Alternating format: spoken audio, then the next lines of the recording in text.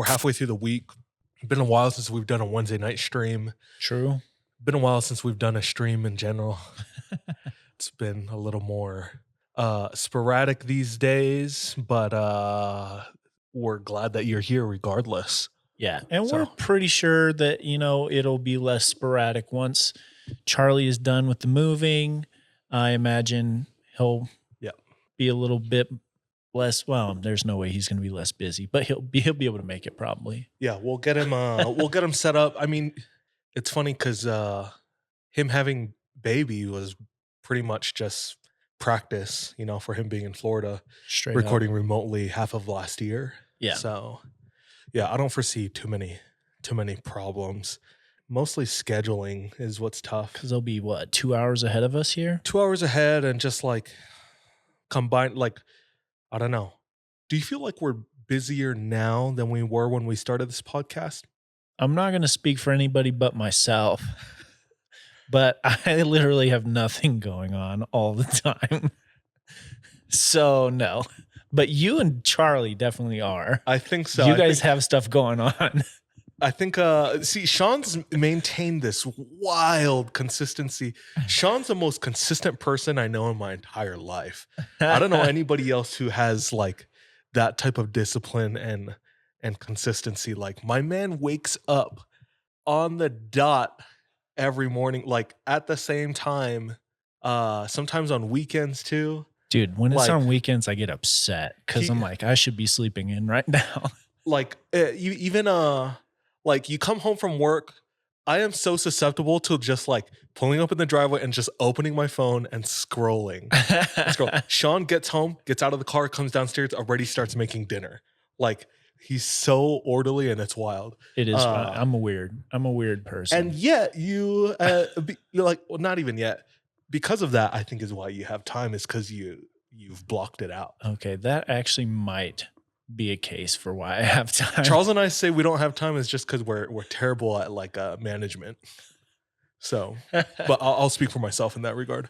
But yeah, we're here. We'll here. Still be here. We might have a guest coming in tonight. Maybe. We know as much as you. Oh shoot! So if they show up, they're gonna come up just behind us. We'll all be surprised. So we'll see. If not, it's okay. We're still here. Oh, with Charles being in Florida, he lives right on the Florida-Georgia line. Okay, yeah. And Savannah, Georgia. Super haunted. Yeah. So I think we're going to use 3 a.m. cash and to buy ourselves some flights, go visit them, record some episodes, go visit Savannah, Georgia, find some spooky ass shit. We do have a visitor. Oh, hey! Look who's here. Look who's here, yo. I'm so stoked. It's our boy Kalima, young Kalima. Yo, pop a squat here. Bro. You got the haircut too, I remember. Dude, good to see you with the high jacket on. I'm pretty sure I have a stick or a flat. No, you good. Don't be sorry. We are almost about to start the story, so we're just doing opening stuff. We have young Kalima on the stream. Yo, Nessa said feet for free. This is your mic too. Whenever you're ready. You don't have to right now though. You want a blanket to hide those puppies? You can take the pillow. Yeah. Don't objectify my guy. Objectify? Yeah. Just objectifying his feet. Is it objectify? That sounds right to me. Don't objectify me. Don't objectify my boy. That sounds right. Yeah. No. We good. We about to start here. Let's just get into it. Yeah. Welcome to the 3 a.m. podcast. My name is DJ. My name is Sean. We're here today with Kalima, young Kalima. Welcome back, my guy. What's up? Just a few friends running it up with some scary stories, some silliness for y'all. Charles is in the process of moving right now to Florida, and we got it, we chilling. But it is now April 5th at the time of this recording. It's April 5th, 2023, year of our Lord. And Puxatawny Phil has already... He already predicted 6 weeks of winter back on February. Yeah. So we should be ending that. way back then. Yeah. And this week has been snow hell in Utah.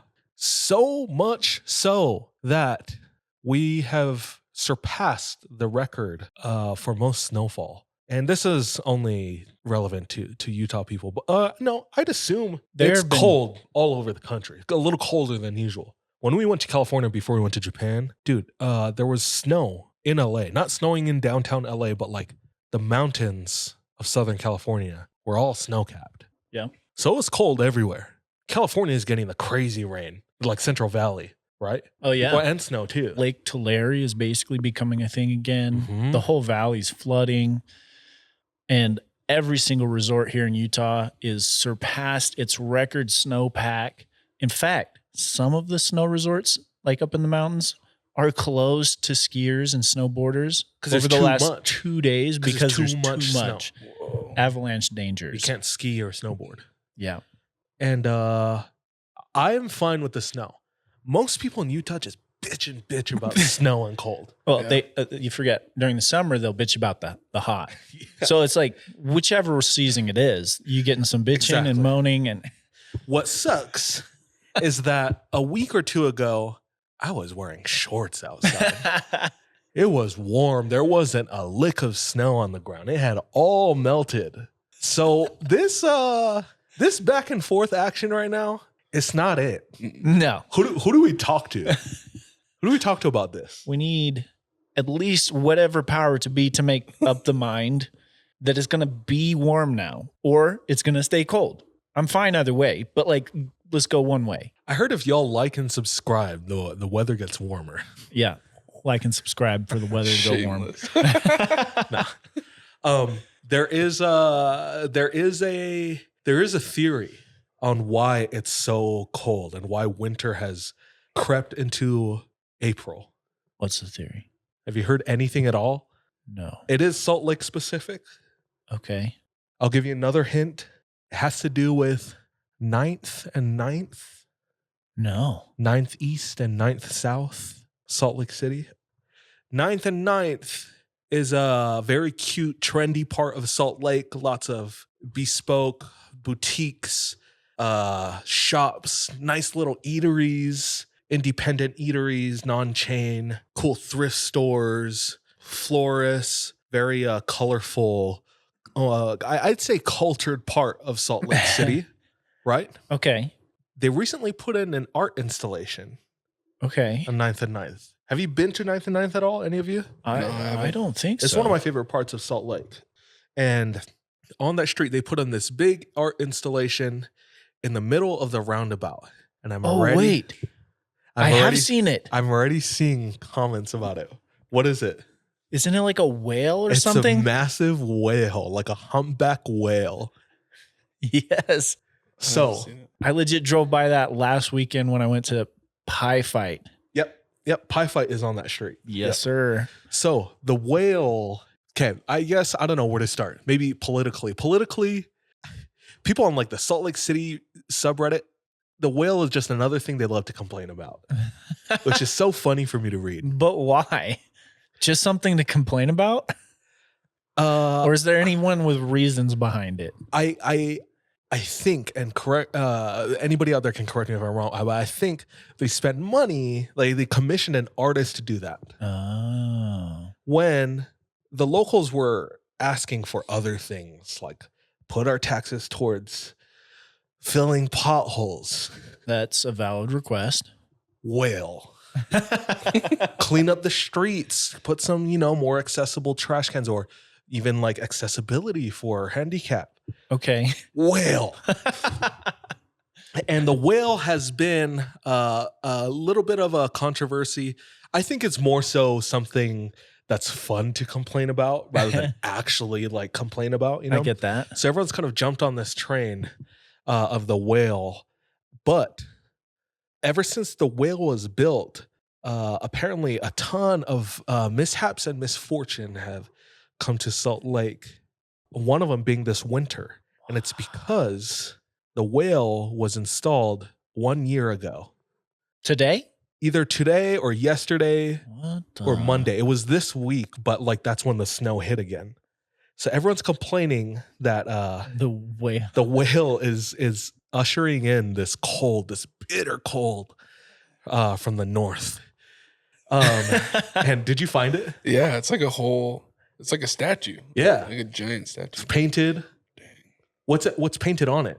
It's just like different colors. Looks like a rainbow. Almost. Oh, yeah. So big gay whale. Pretty much. Good movie. A big gay fish. So when all of the snow melts, it'll provide the whale a river to swim in. Exactly. I saw a TikTok this morning is like to give you like real context on how much it's been snowing here, besides like there's so much snow you can't even ski or snowboard.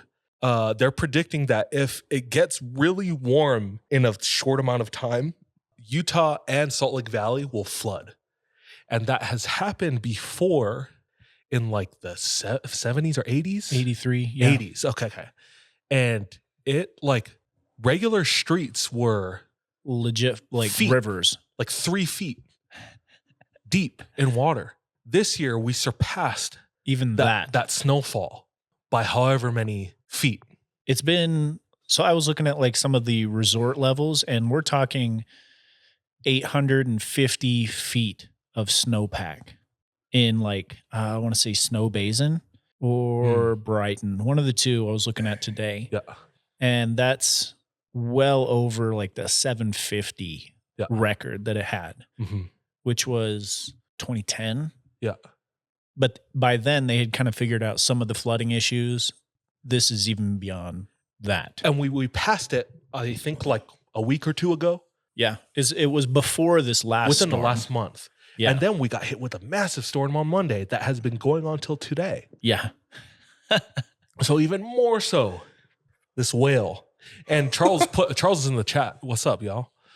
He said Utah always blaming buildings for bad luck. Remember when they blamed the aquarium thing for COVID and earthquakes? So if you have visited Utah and we have one road, the I-15. Yeah. It drives from the northern tip down to the southern tip. That's it, just the one road. If you've driven that, you have for sure seen this close to Salt Lake City. The aquarium has this massive spaceship. And these are the two wonders of Utah, the whale and the spaceship. And everybody is blaming the spaceship for COVID and earthquakes. And the owner of the aquarium is the actual real legit story is the owner of the aquarium is a huge U2 fan. And that was like one of their That was their prop for one of of their tours, like on stage. That was their stage production. And he was just like, I love U2 so much. I want to buy their stage production and just have it at the aquarium as an attraction. Bro, he the only person that was happy when Apple just put U2 on all of our phones. Probably, dude. He probably paid to make that happen if he could have that kind of money to buy that spaceship. But it's right next to the freeway. So yeah, spaceship and the whale. Dude, the whale is so notorious. It has a church. Wait, for real? Yeah. Let me look it up. The Church of the Whale. Let me. I gotta find out the exact verbiage for this. I didn't see this until last weekend, so this is kind of all new. The Church of the Sacred Whale of 9th and 9th. The logo. Oh no. The logo. And if you're Mormon, you'll know this. And there's a full-on website. It says, join the wave. Connect with the divine sacred whale and discover a new level of personal freedom. Get pitted. Join our community of believers and explore the teachings of the sacred whale. Message of unity and sisterhood. Have you sought guidance from the whale today? Even like children's illustrations. And then if you go to the organization part of it, they have, I don't know if this was on the website or somebody like made this up, but they have like the general authorities for the Church of the Sacred Whale. That's hilarious. So it turned into this thing that everybody complained about into just like embracing it. So I've seen in the chat a few times already, all hail the whale. All hail the whale. So ride the lip. Whoop. Yeah. Get pitted. Get pitted. So if flooding once wasn't enough in our basement, If flooding twice wasn't enough in our basement, maybe thrice. Going for 3. Actually, What do we do when we get flooded a third time? What's the move. plan? Just We move. just give up. stop the Yeah, just- podcast? Yeah. We just stop the podcast? This is Final Fantasy, bro. Not Final Fantasy. Final Final Destination. Destination. That's what it is. Yeah. We survived the 1 and the 2. The 3rd's coming back. Well. Well. Oh well. We'll see. We'll see. Pay attention to Utah and its livelihood And the Church of the or Whale. destruction in the coming weeks, because next week it's supposed to be 60s. high 60s. Yeah, 69. way. That seems quick. Wow. Oh yeah, It that's was- for sure melting a ton of snow. Yeah. Like this morning I woke up to go to work, bed of snow everywhere. Came home from work, just little patches here and there. It already just melted super quick. Yeah. Okay. We're going to get into stories, the story portion of our podcast. I'm taking the reins tonight in a potentially ongoing episodic series. We'll see. I think, I don't know what it's dependent on. I'm happy to dive more into this. Okay. I think I'm looking for interest. So be interested if you want to hear more. This first episode, I there's a good amount of content to dive into. The topic of it, I won't get into like the fine details too much. That's something I can do in the future if we want. But I'm just going to start with a story. This comes from Tony, listener. Thank you. And Tony talks about how he says, I was born and raised in the beautiful country of Mexico. Viva la Mexico. Viva la Mexico until 13. Then I moved to the States, and that was in 2011. Had a rich upbringing. But my grandpa back in Mexico, he had a ton of stories. I don't really have any, but my grandpa has told me a ton, and I want to tell you one now. My grandpa lived in the same, I believe it's called a rancho, small community in the outskirts of a town. They're all self-sustaining off of the land, livestock. And his grandpa lived in this rancho. And in this rancho, there was a boy named Keith. Which is the first time I ever heard Keith for a Mexican boy. Keith, young kid. Keith was special. They don't know exactly what, but he had all these different little pointers that was maybe like autistic or uno mas chromosome or something. But he was special. He had a very curious part of his personality. And he was always kind of wandering. Keith is working with his dad in the field on the farm, as he usually does. And he gets distracted, or he gets a little curious, and he sees a coyote. And he starts to walk towards it. And he's very intrigued by the coyote. And as he gets closer to it, the coyote turns around and starts walking away towards the mountains. Does that stop our boy? No. You bet it doesn't. Not for Keith. You bet not for Keith. He starts following this coyote, and he's walking until his father stops working, looks around, and Keith is no longer in sight. Keith is in the mountains, following this coyote. Putting a pause on his story, back to the father. Father immediately starts calling for him. Keith. Where is he? He starts getting help. Nothing. They're looking around in the rancho and go a little outside of it. They can't find him. Calling his name, there's no response. The sun sets and no Keith. Tony was reminded of this story that his grandpa told him when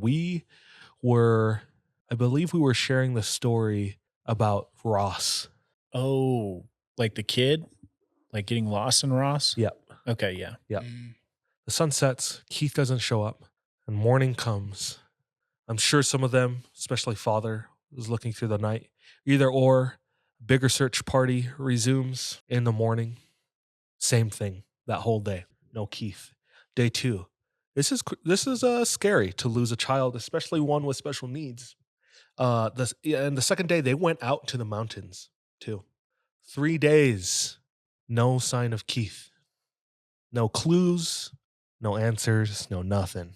So Keith being missing and Keith's father being concerned, not knowing what to do, is just wandering. On day 4, in the night, it's pouring rain and he's exhausted. Before he decides to call it a night, because he has no more energy left in him, he makes a stop and then he goes home. Day 5, he's awoken. Banging on the door. He doesn't know if it's bad or good. All he can think of is his son. So he sprints to the door and he opens it. And to his surprise, it's Keith. What? And Keith is completely dry and clean, unharmed, unfazed. Sus. He is kind of questioning, but he's just happy that Keith is there. Dad being confused still, he finally asks, "Where did you go? How'd you survive 4 days? We looked everywhere for you. Did you have water? Did you have food?" Says no to all of them. No water, no food. The boy answered when the father spat out all of his questions. He said, "The man with huge wings helped me." Don't like that. Father still like that doesn't super satisfy him. Still confused. So the night before he went home, because he was exhausted and wet, soaking wet from the pouring rain, he made that stop, right? Yeah. The stop he made was at La Iglesia de San Miguel Arcangel. So the church of St. Michael the Archangel. Whoa. And during his stop, he said a prayer to God. And he said, "If you bring my son home to me, I will bring an ofrenda in the morning." Don't know exactly what. That should have been a pretty hefty ofrenda, if you're asking me, you know? So Keith is back, right? Day 5 in the morning. They go back to the church. He brings the ofrenda, puts it up on the altar, and he's giving thanks. He's so grateful that his son is here with him. When Keith taps on him, says, "Dad." He says, "Hold up." He says, "Dad." He says, "Yes." He points, and in the church is a statue of St. Michael the Archangel. The boy had never been to this church. I don't think they're necessarily church going, which is, I think, why it was significant for him to come back and say, I will bring, an ofrenda here. Mhm. Boy had never been to this church, so he's never seen an image of Michael the Archangel, but he's pointing. He says, "Dad, that is the man. That is the man who helped me." Wild. So, this episode, I wanted to talk about angels, which can go a lot of different ways. And angels, I feel like, started trending in this kind of paranormal conspiracy community within the last couple of years, maybe even the last year. But have you seen any angel like content within this sphere of like paranormal? I'm trying to think. I can't think of off the top of my head anything I've seen within like the paranormal sphere. At least it's come up on my feed multiple times. I've seen there've been like a lot of artists like 3D renderings of like how the Bible actually describes angels. Yep. Have you seen those? Yes, and It's like the spinning. that's what I'm talking about. Okay. Yeah, exactly. Oh. Just like the actual depiction of angels, and it's crazy. It looks like something from Doom, honestly. Yeah, no, it really is, because it's wild. Whether you're Christian or Jew or Islamic or not, atheists, like, what is everybody's perception of an angel? Well, I mean, just can only speak from like a Christian background. Just profile them. You're talking about White. either White? Bro, I was thinking angels of Satan first. So Let's say I'm talking In about like flames biblical and- angels. okay. Kalima hit it right on the nail there.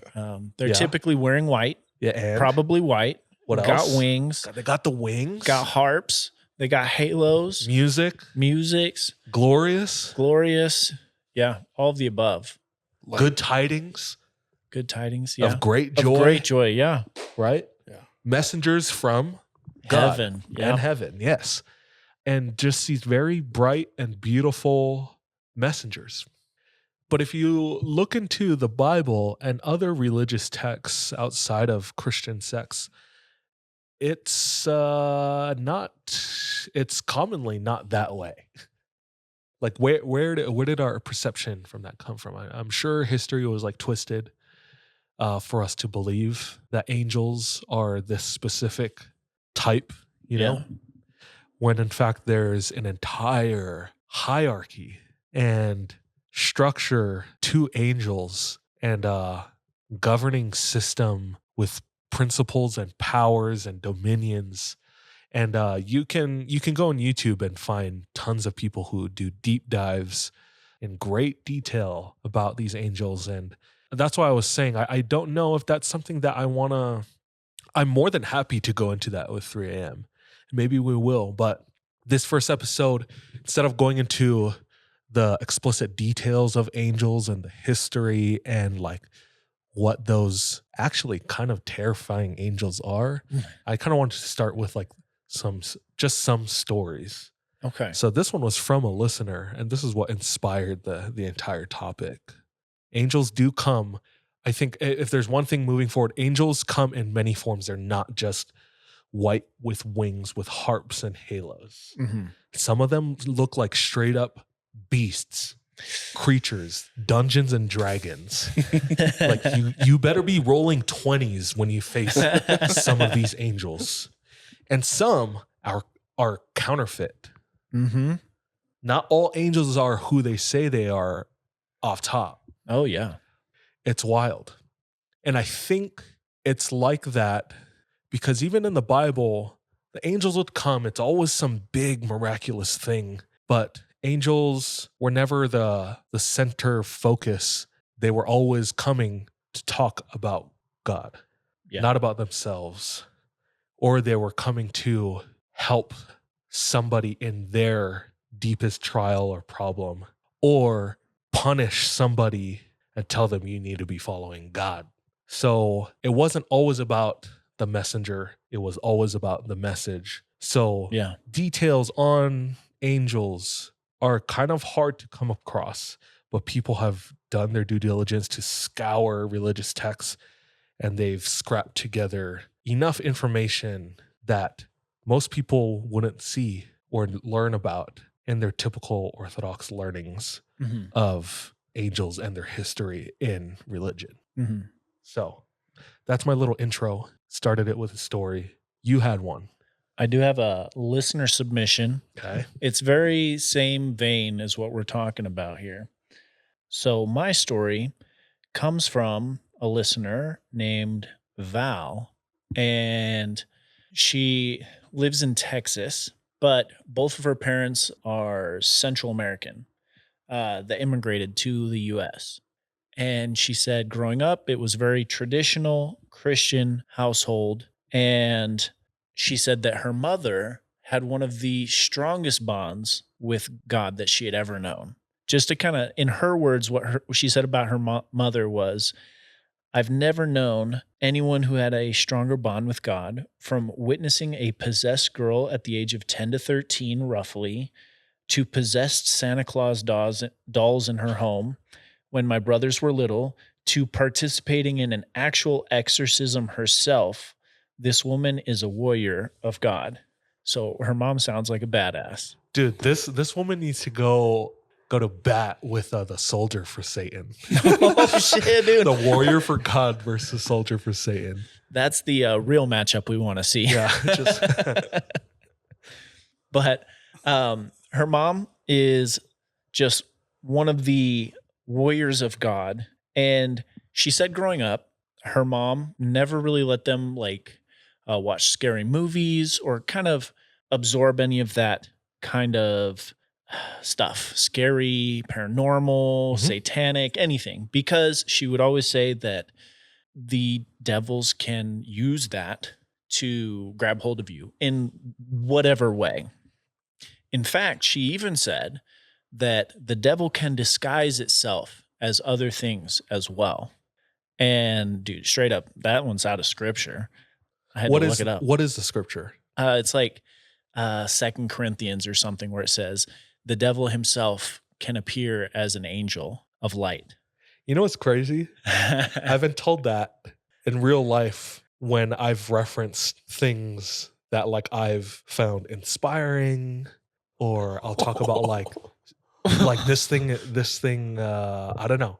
I'll talk about something of value to me, and I've been told like, well, the Bible does say that the angel can that the devil can appear as an angel of light. So they're like, I don't know. That was a false spiritual experience. That was the devil. So I'm sorry, that sucks. Crazy. But anyways, Val's mom, warrior of God, kept her children as safe as she could. Now, she said that her mom had lots of different experiences, and some were kind of very briefly described in her intro to her mom. But most of these experiences, Val's mom would not share with her in the interest of keeping them safe. There was one, however, that she did hear about. So there was another family that moved up from a Central American country into the neighborhood, and they moved into just this tiny, just dilapidated looking like condo, just because that's all that they could get. Now, traditionally, they were also same religion, so they were kind of bonded by this Val's mother and this family. And traditionally, when they move into a new house, they would come in and bless the house so that there were no evil spirits or whatever it was. And that was very common. So they had somebody come in, bless this condo once they moved into it. However, as the weeks went by, things started happening in the house. It started, as you can all assume, noises coming from the other room. Footsteps, the lights turning on and off, the works, things not being in the same place as they were. All of these things started happening. And Val's mom, when counseled by this family or when entrusted by this family to kind of help them out, she said, keep praying the evil away from the house. So that's what they would do. They would pray and they would continue in their prayers, hoping that things would get better. However, things got worse. And it came to a point where in the middle of the night, the baby of the family, this 3-year-old girl, is in the bathroom crying. And the mother of this family was so confused and terrified as to why this was happening because they all sleep in the same bed. And there's no way she could have gotten out and gone to the bathroom without disturbing somebody. So, have you ever had that with any of your kids, Kalima?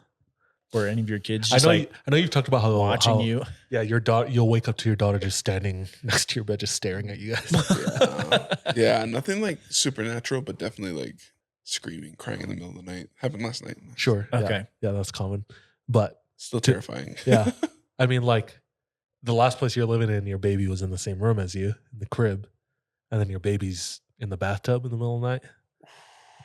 Yeah. So the mother of this little family is terrified. She reaches out to Val's mom once again. And this time she wants the mom or Val's mom to come over and help eradicate this evil in the house. She, in her own words, said, I need an army of God to eradicate this evil. Now, Val's mom also believes that in order to face something like this, she needs to be prepared. And so she initially says, for that reason and other personal reasons, no, I can't help you, because she didn't feel like she was prepared to face whatever it was in this house. So the mother of this little family then goes to several other sisters in the same church and eventually gets several of them to agree to come over to the house and help eradicate this evil. So the other sisters from the church come over to this house, and once they get there, they reach out once again to Val's mom, knowing she is the warrior of God, and once again ask her, please come and help. So she agrees. What is clean But in Spanish? I can only think, is it limpio? That- I don't know, dude. That's Cebuano, dude. Yeah, no, that's Does it come from Spanish origins? I don't know. I think so. But Val's mom agrees, but next week says we have to prepare for this. So Val's mom starts her fast. And in a couple of days, 4 or 5 days later, they all get together at this house, these sisters from the church. And they tell the father of this little family, we need you to take the kids to another location. You're going to stay there for a while we get rid of this. So they go around and they start sprinkling blessed oil, holy water over each of the rooms, and nothing too noteworthy is happening. But they do know that the area that has seen the most activity is the kitchen, and they're getting closer and closer to the kitchen and cleansing each room as they go with holy oil and holy water and Any huevos? probably huevos. Mhm.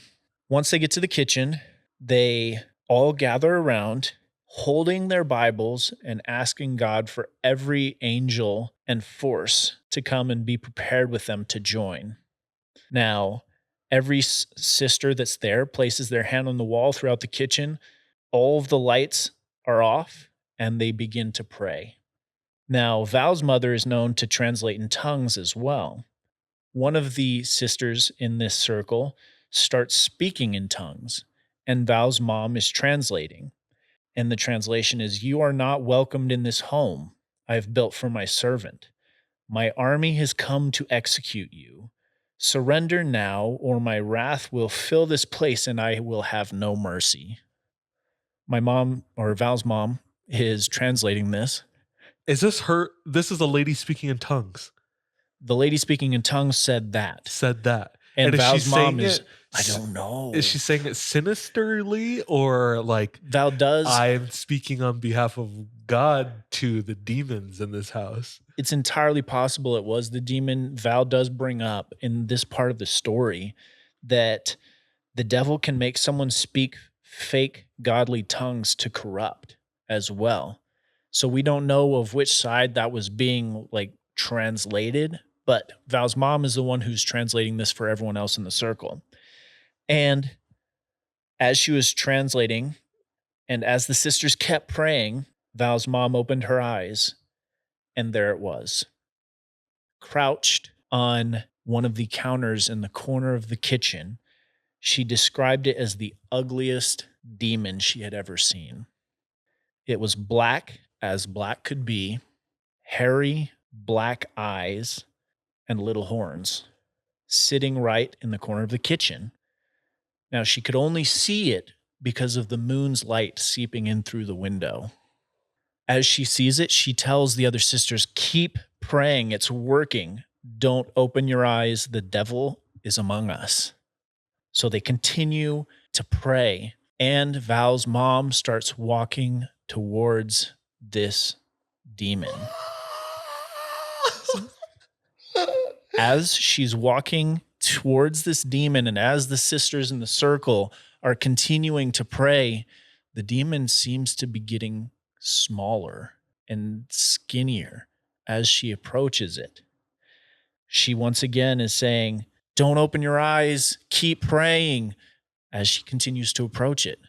And it gets smaller and smaller to the point where she's right next to it in front of the demon facing it off. And she says, "Where are your roots?" And the demon kind of looks over towards the wall that he's right next to.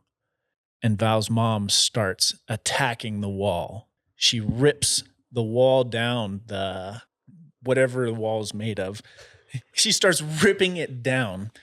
And as she gets this wall, this big hole in the wall, she sees what's inside of it.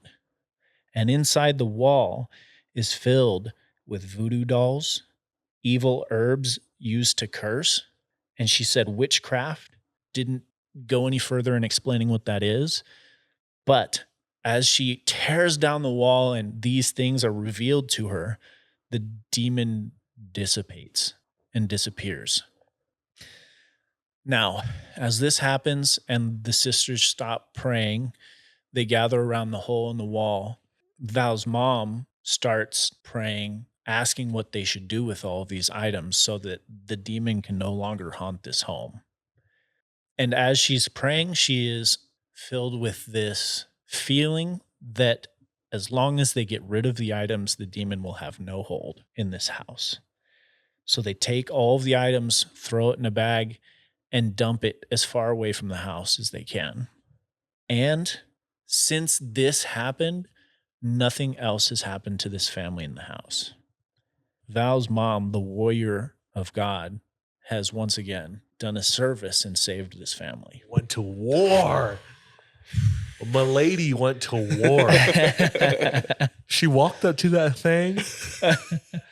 Where? Donde está roots or whatever? Where are your roots?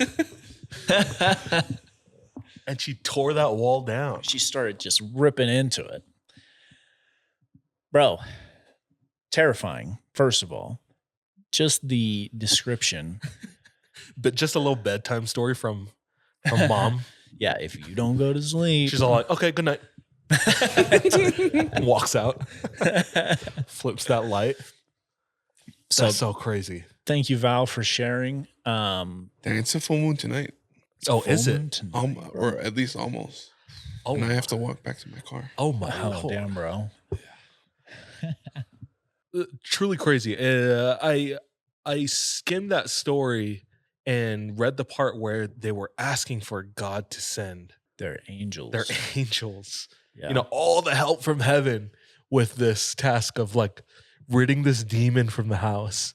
And she opens her eyes after asking, and she sees this thing crouched in the dark. Well, in the moonlight in their dark house.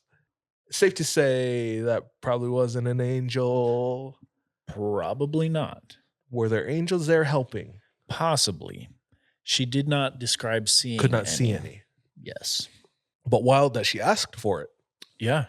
These angels really do be sounds like so famous YouTuber Mr. Mythos, who y'all should check out. It was one of the main sources for Charles's Shambhala story, I believe. Yes, sir. Or another recent story we did. But Mr. Mythos has hour-and-a-half episode on angels, where he describes in excruciating detail the entire system of angelology. Mm-hmm. And there is one section where he talks about, do angels have free will? What does he say in that section? I didn't watch it. I just saw the chapters in the YouTube notes that you can scrub to. Uh-huh. But it sounds like they're always carrying out God's will, and that our will doesn't always align with God's will, even if our intent is to be saved. Yeah. In this case, at least. In this case, they were saved, we think. Yeah, I guess. Yeah. There were just no angels seen. Just no angels seen. But, I mean, sounds like she busted through that wall. Oh, and yeah. Found her answer there, and this thing just got snapped away. Yeah. Or, you know what it kind of reminded me of as I was reading the story is, have you seen It Chapter 2? So yes. Is it okay if I spoil it? Yeah. It's been a couple of years since that came out. So at the very end, when it is about ready to take them down, they all just realize that it's because of their own fear that it has power. And they start like saying, you have no power. We're not afraid of you. And it starts to get smaller and smaller and smaller till this powerful thing is now just a tiny blob. Yeah. And that's kind of how they get rid of it. That's what this reminded me of, the story. I was like, oh shit, that was how I envisioned that happening. Oh, I was thinking about Voldemort when he finally, at the very end, just like... Oh, yeah. In the train station. Pixelates away. Oh, yeah, dude, that's true. But, damn, that's crazy. Val, thank you for your support. And thank you for sending in that story. Ask your mom for more. We want to hear more. Yeah, we do. Did any of us grow up with any angel stories ever? Like personal stories or just ones that we heard? Like we all grew up pretty religious, you know? Like I remember hearing, so in the Book of Mormon, there's a story about a brave group of young men that went to war to defend their families in the name of God. And they're known as the 2000 Stripling Warriors. These buff ass, they all take bucked up, take And creatine. steroids, dude. Nah, they were no steroids. They were Oh, no just steroids, clean. just dude. creatine. Yeah, Okay, they were yeah. clean. Stripped. Some smelling salts Right before they go into battle. right before they go into battle, and they not one of them died. The scriptures say not one of them perished in battle, and they fought numbers greater than their own, warriors greater than they in battle, more skilled than they.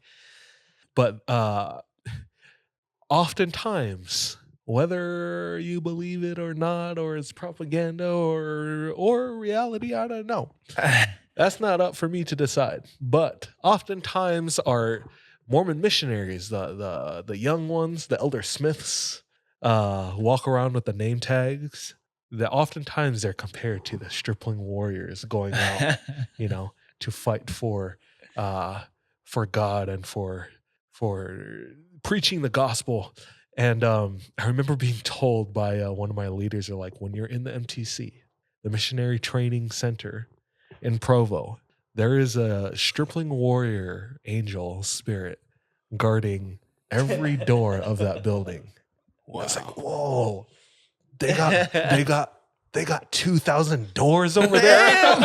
Hell the doors. No, they got to take shifts. That's a lot of buildings. That's a lot of doors. That's what I remember. That's your thought. Not the angels. That's a lot of doors. Speaking of the mission, I do have, and I'm pretty sure I've shared this story before. I'll share it again. It's been a long time since I've shared it, if I did. Right before that, something that is taught in the LDS church is when we're talking about counterfeit angels, there is a test. Mm-hmm. Do you have that off top? It's DNC 129. Look at our boy look at this fat cat with his knowledge of the gospel.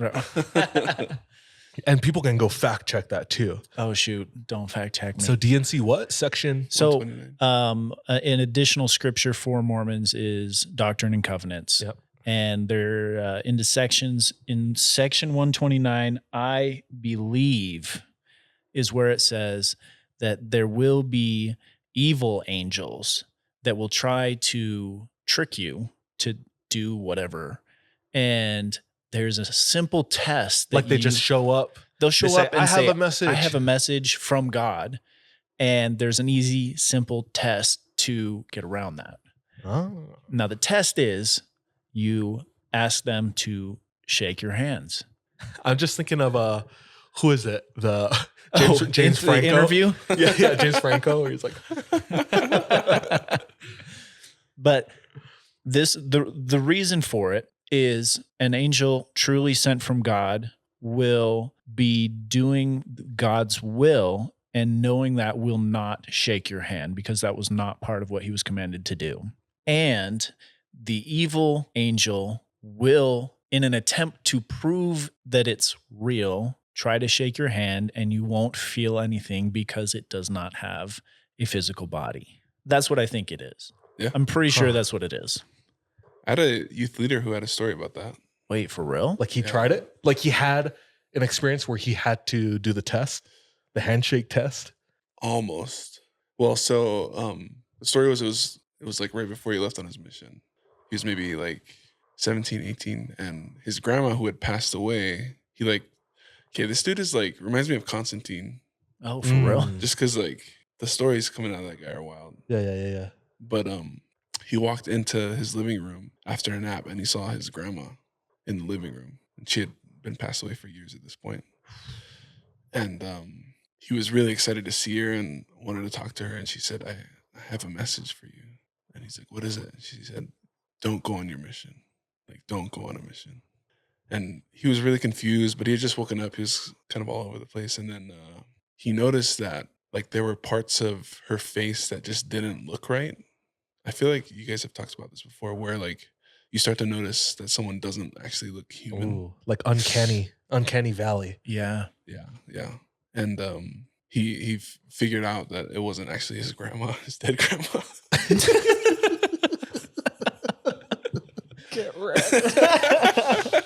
You're not my grandma. Yeah. And cast her out. It's like, oh, I was really hoping to not go. Cast her out. Yeah. Grandma. He said she just started laughing and then disappeared. Oh, Holy I don't like the laughing part, bro. Yeah. So he didn't do the handshake one, but No. I He's think like- he might have. you know what? You have such big hands, Grandma. You know what's crazy to me is how the scripture just stops there. Because let's say you're a demon. Uh-huh. Shake my hand. The demon Not a demon, bro. Okay, you're the demon. Shake my hand. Shakes my hand. Now what? Where does that leave us? Oh, that's true, dude. Right? Yeah. There's no further instruction. I mean, you're just supposed to know at that point that it's a demon. Just run. Just run. Well, that same youth leader asked him, like, demons aren't idiots. Like, why wouldn't they just pretend to not shake our hands? I remember asking that. And what's the answer you got? The answer I got was that they'd be so eager to influence us that they would do anything. And they don't have bodies, fallen angels, right? Yeah. You like throw something at them too. Lucifer's a maybe. fallen angel. So doctrinally, they're just spirits and they don't have bodies. So they're so eager to get into your body. Of course, they're going to grab your hand. Yeah. Mm. That's what I got. So still, where does that leave us? You just be like, well, we're still you're done. a demon. Yeah. I'm out.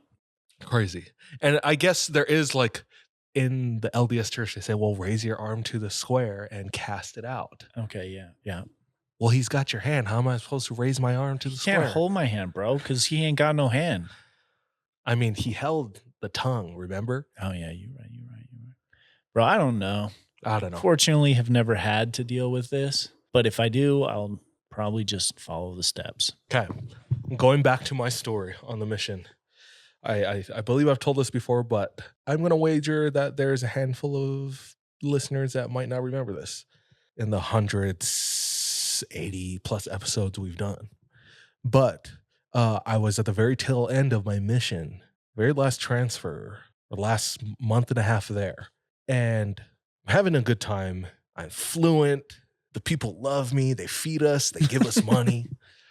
I'm actually pretty sad to be leaving.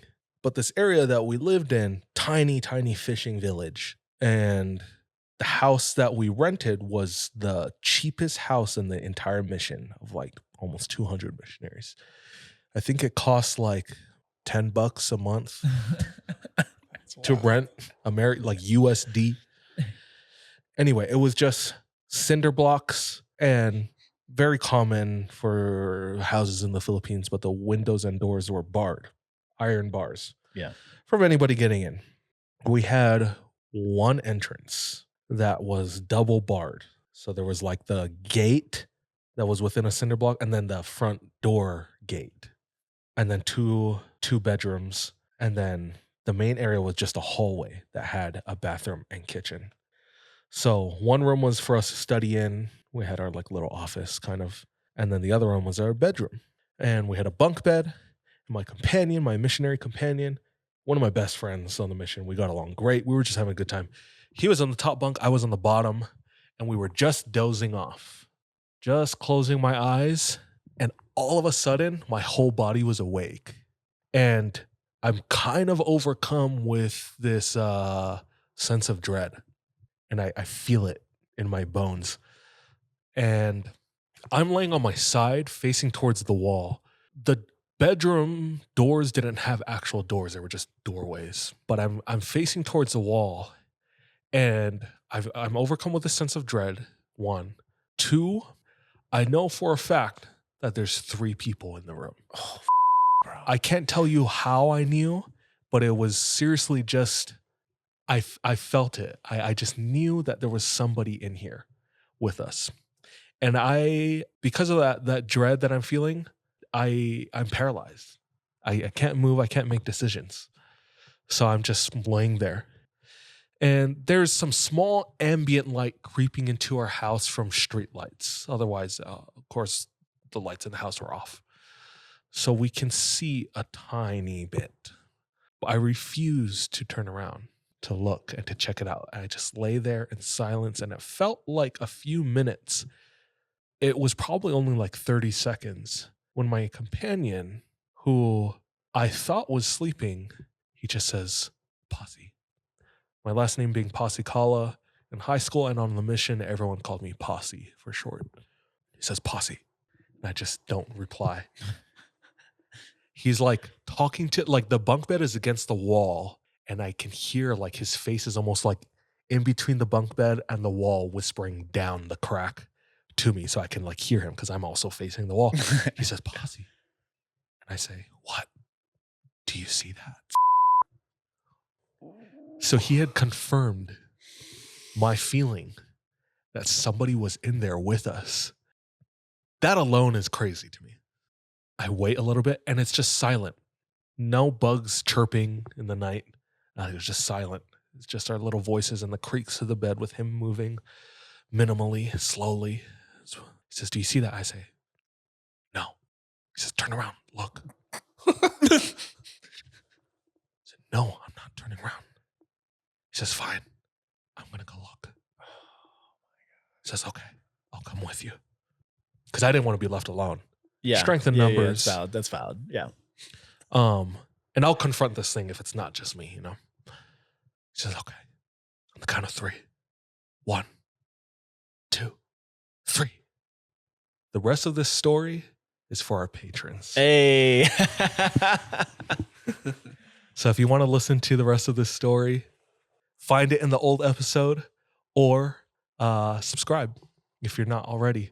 I do have an additional story after this one on my mission, but yeah, to hear the rest of this, it's for our patrons. So 1, 2, 3.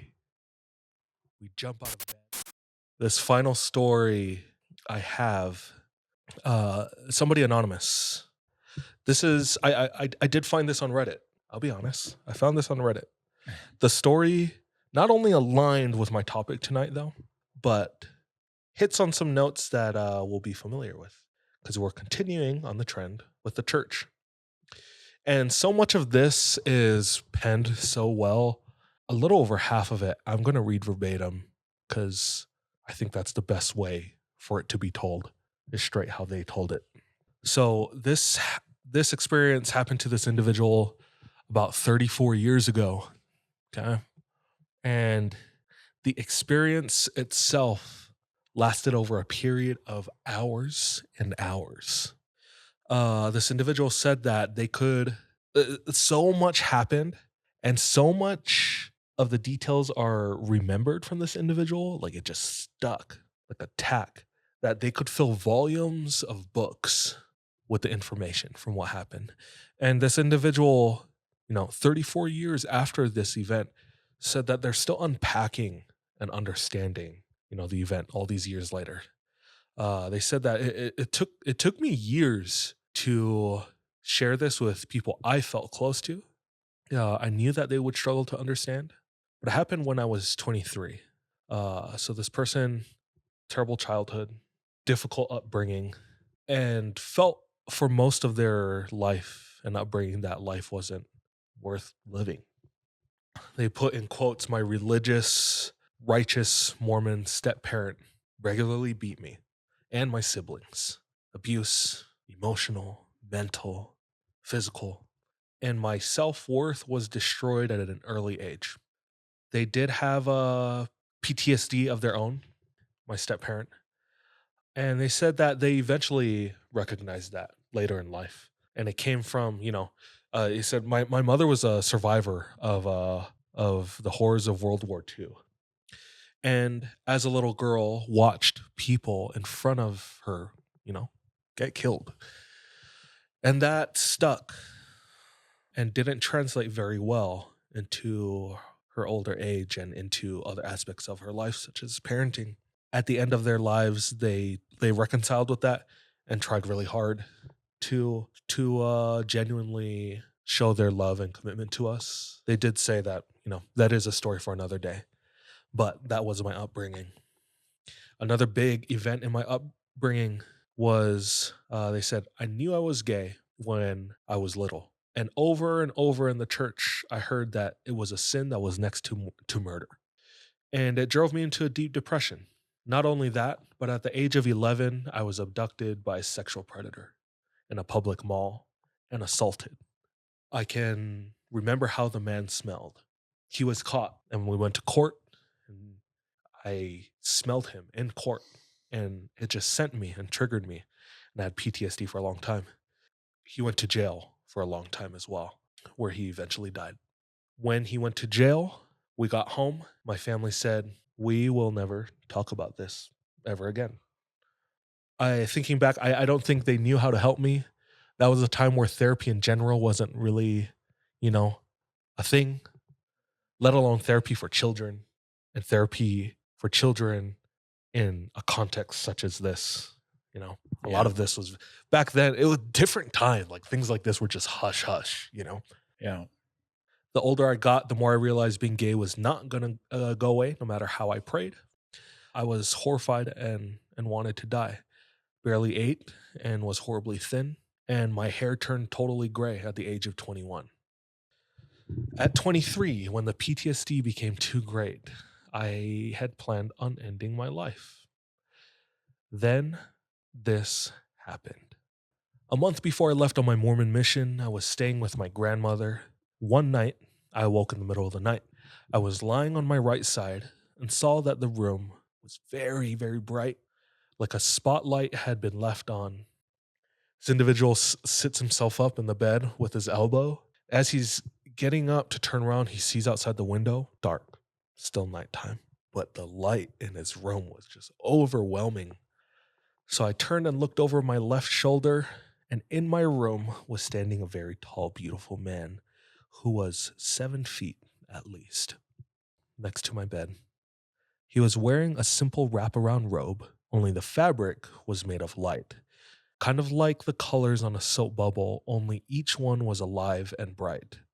This physical being of beautiful light illuminated the whole room like a supernova.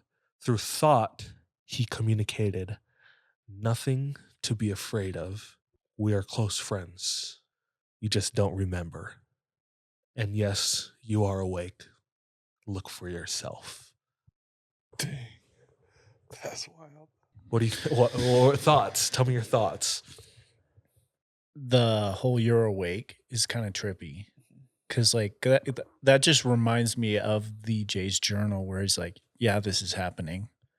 So it's like they know it's hard to believe. Yes, this is happening. See for yourself. So that's kind of, I mean, doesn't it confirms it? Like multiple sources hearing something similar, it's just trippy for them to be like, "Yeah, this is really happening." Crazy. First off, heavy opening. Oh yeah, Heavy ass opening. Sorry, I didn't prepare anybody for that. But Yeah. I wasn't prepared going into this either. Let's continue.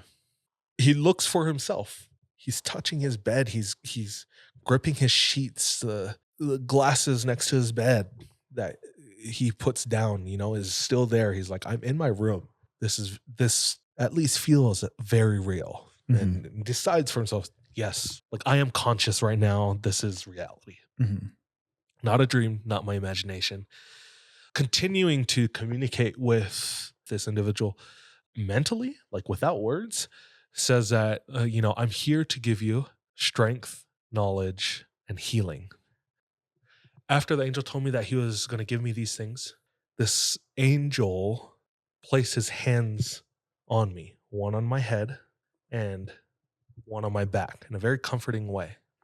The individual iterates again, these weren't words that he spoke, but the closest thing I can describe it was the conveyance of energy and knowing. Then he gets into the feelings. He's starting to, really hone down on the situation, focus. What is it? What is this? What does this feel like right now? This was pure love, and it sounded like celestial informational music, not words.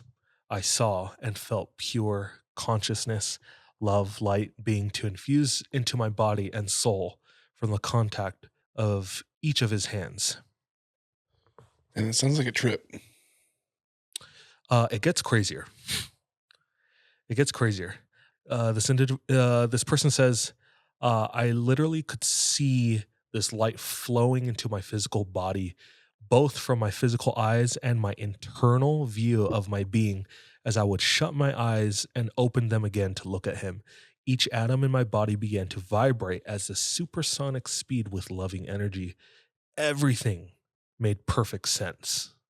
The clarity was beyond my physical senses. The joy and euphoria was beyond any pinnacle of energy I have ever experienced since then. He showed me perfect beauty and perfect reality with perfect expanse of the totality of the universe, one where ego didn't exist.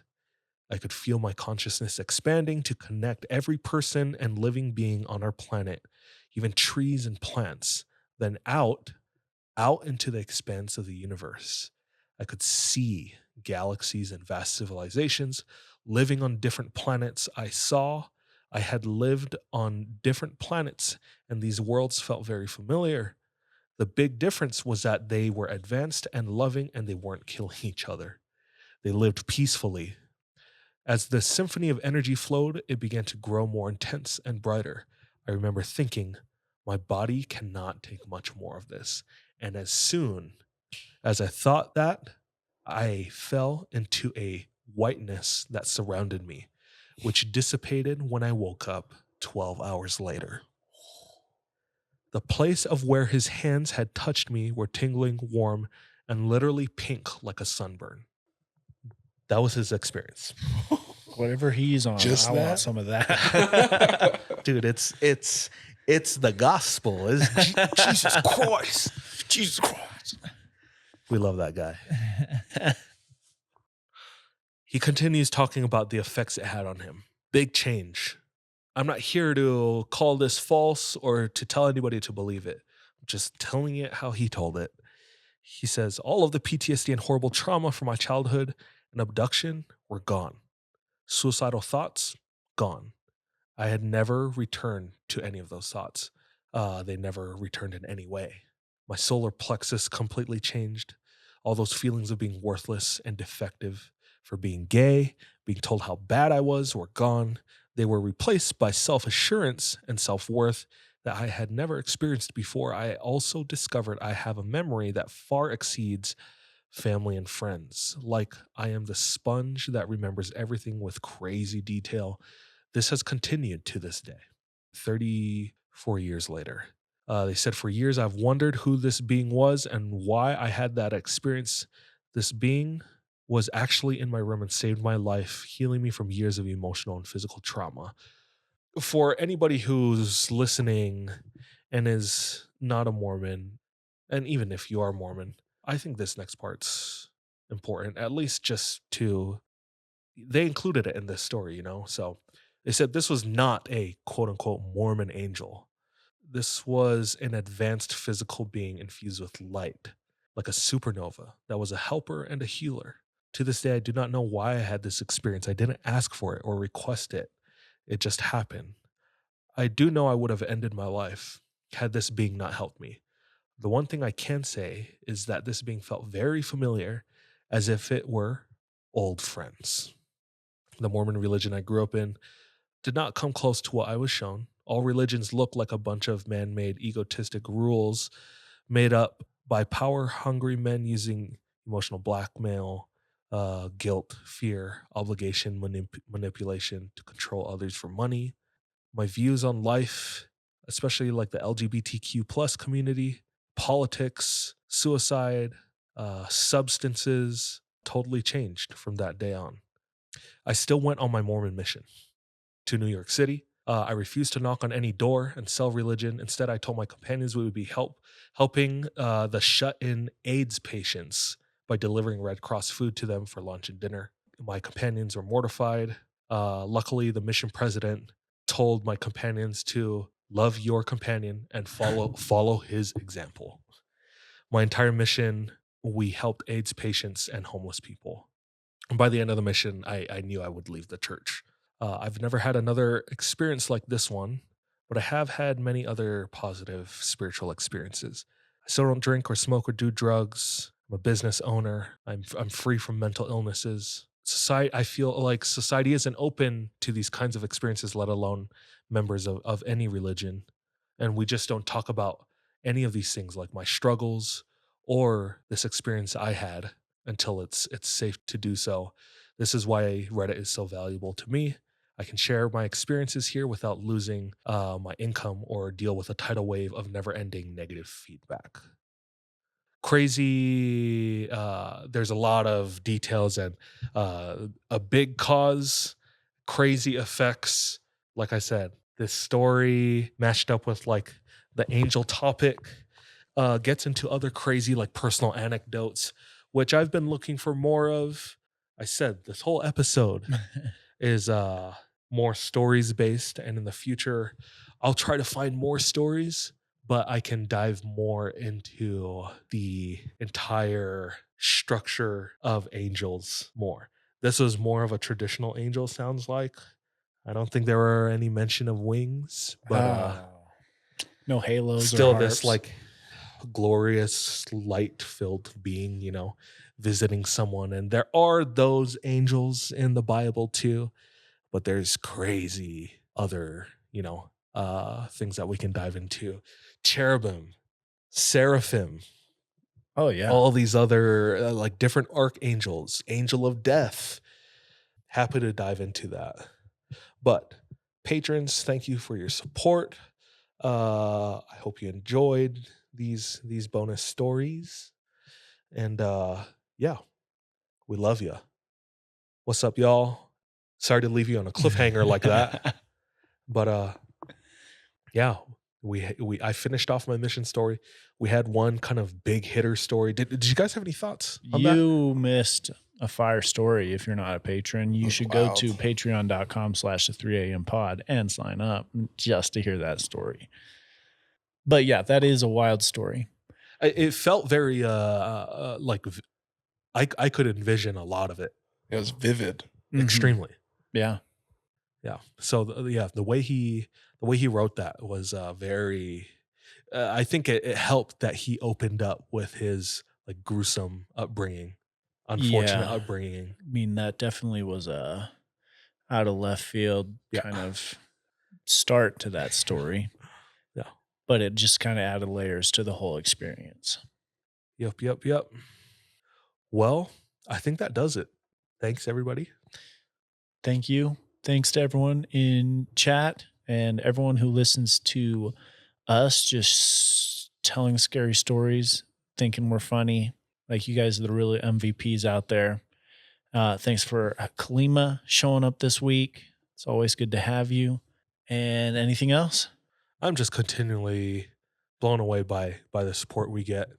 And we're not even in like the upper ranks, upper tiers, upper echelon, of this, I guess you could call it business or even art form of storytelling or podcasting. Yeah. YouTubing, whatever, social media. Yet the support we receive, incredible. Feedback too. Like it's all gratefully received and meticulously given, so we see that. So Sean, thank you for preparing. Kalima, thanks for showing up. Very, very pleasant surprise. And to all of you out there, trust your gut and watch your back. Be careful out there. Bye, love you, be safe. Hey. Charles, replace. Sayonara.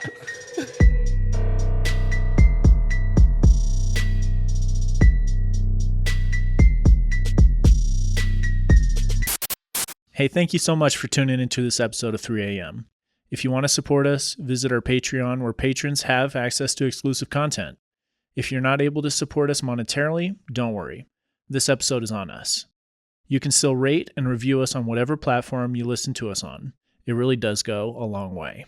You can also follow us on social media. Our handle everywhere, including Patreon, is the 3 a.m. pod. Finally, do you have any scary stories? If so, submit them to our website, the3ampodcast.com. We love any audio or visual aids that can help bring your stories to life. So file uploads are welcome with your written submissions. We're anxious and excited to hear from you.